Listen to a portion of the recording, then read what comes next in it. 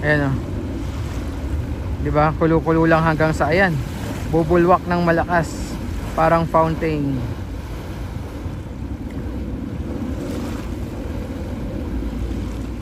So ganito po ang normal na tanawin na ngayon dito sa Dolomite Beach kapag low tide. Yan, kitang kita yung mga geotextile fabrics and geotubes. Ayan o.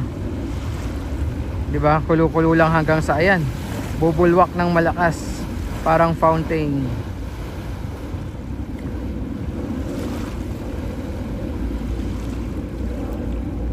Tumila naman na po yung ulan. Ambon-ambon na lang no as of 3:30 PM. Pero kanina lakas ng buhos ng ulan pagdating natin dito sa Maynila. Pagbaba pa lang natin sa Recto station ng LRT Line 2, bumuhos na yung malakas na ulan. Hanggang ilang, parang 30 minutes din tayo doon sa gilid na sumilong bago tayo nag-update.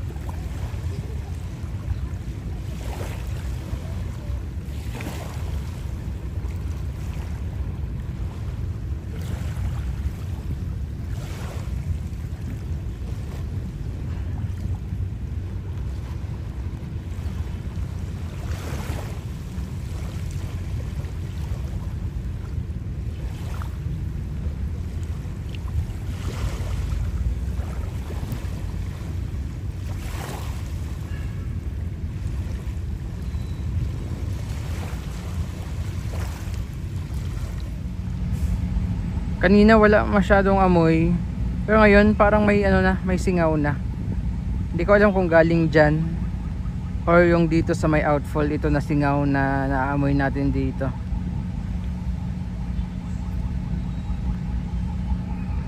Tibay din itong boulders eh no. Kaya hindi siya na pipira-piraso kasi syempre init ulan.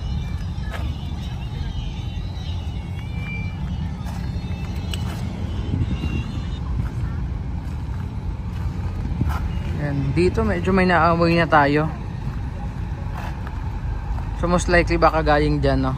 It's either yun nga doon or dito sa outfall ng Padre Paura. Okay, so andito tayo sa phase 1. Nasa likod lang natin yung rock garden and low tide ngayong araw po ng Martes, September 30, 2025. 3:40 ng hapon and sobrang baba nga ng dagat. Papakita ko sa inyo yung itsura ng Dolomite Beach ngayon. Ngayong mababa yung dagat no, or low tide. So ganito yung itsura niya. Pero bago yan, ayan yung ating ano ngayon. Parang dinaanan na ng bagyo yung rock garden. Dati ang ganda rin ng formation ng mga bato dyan. Pero ngayon ayan, kanya-kanya na rin yung mga bato. So pag low tide, litaw na litaw yan no? Yung mga geotextile fabric and geotubes. Ayan no. Ganyan yung itsura nya. Tapos yung buhangin, mix of dolomite and gray sand, I mean black sand.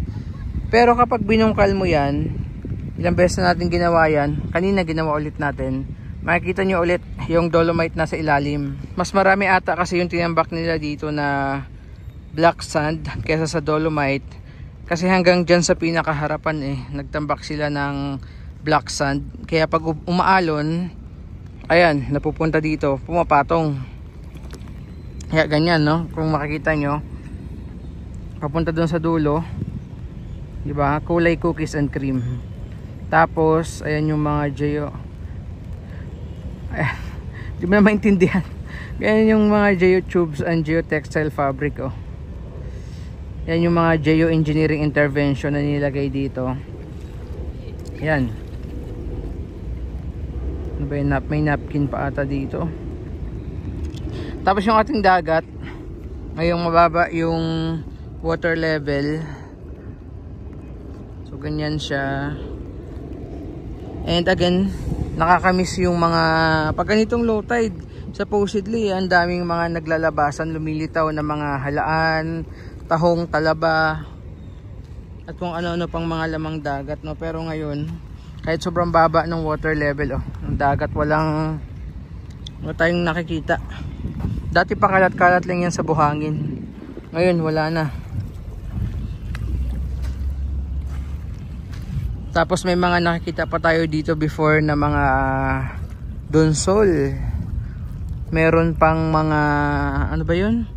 Yung magkaiba yung galamay niya. Tapos alimasag. So itong nilalakaran natin, ito oh. So ito yung geotubes. Ayan. Yung laman nito sa loob ay buhangin din po. Pinalamanan ng buhangin.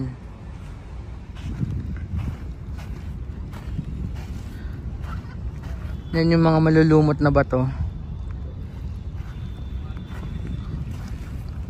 Pero malinaw yung dagat. Yun nga lang, nagmumukha siyang madilim kapag malumot na bato yung area. Ayan oh. Ayan, ganyan kalinaw yung tubig pag dolomite, no? Tapos ayan, may mga ilang water hyacinth. Oops. Napasa na tayo. At dahil nga low tide, kitang-kita rin yung mga basura na nandyan sa ilalim pa ng dagat. Oh, nakalubog sa ilalim ng dagat. Tingnan yung mga kulay ng plastic, parang nilumot na.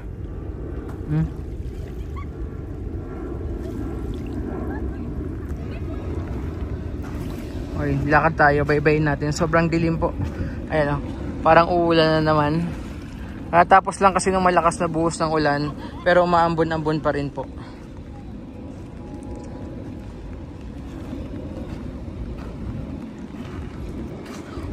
Ayan, ito rin po. O, ganyan kalinaw yung dagat. Kung hindi lang malumot yung mga bato, ganyan kalinaw yung dagat. Kaso, dahil sa malumot, nagmumukhang madilim, no? Yung ilalim ng dagat. Kaya, kasi kung titingnan nyo, ayan, kung purong dolomite lang, ganyan kalinaw. May bote pa ng alak dito.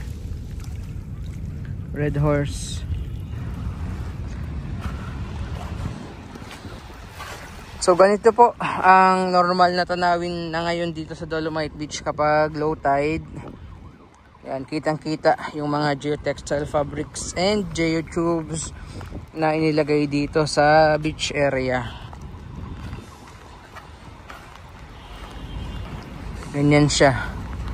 Lalo dito sa bandang phase 1. Pero dun banda sa may phase 2, papunta sa dulo, wala naman po gaano, no? Dito lang banda talaga. Litaw na litaw itong mga geoengineering intervention na nilagay sa Dolomite Beach project.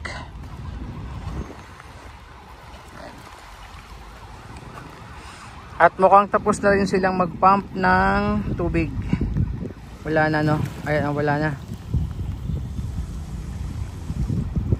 Pero naabutan natin po kanina yung pagpapump nila ulit ng tubig ngayong araw po ng Martes. So panoorin nyo na lang po sa ating previous upload, kasi baka pag pumasyal kayo dito magulat kayo, may bigla na lang bumulwak dyan sa harapan ninyo na tubig. Ayan po. So yung ating dagat, ayan, sarap ng hangin, medyo malamig. Cookies and cream.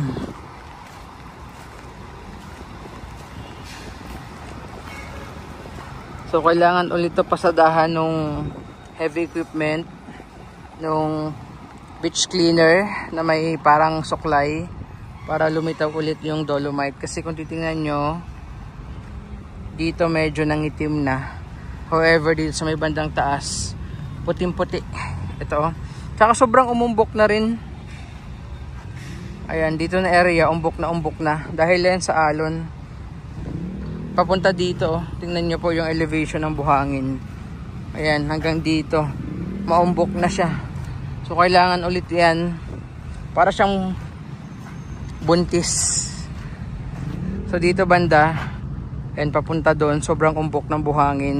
Dahil sa alon. So, ginagawa niyan, pinapatag ulit ng heavy equipment. Ilalatag ulit papunta doon sa unahan yung buhangin. Para gumanda ulit yung elevation kasi sobrang umbok na dito na area. Yan.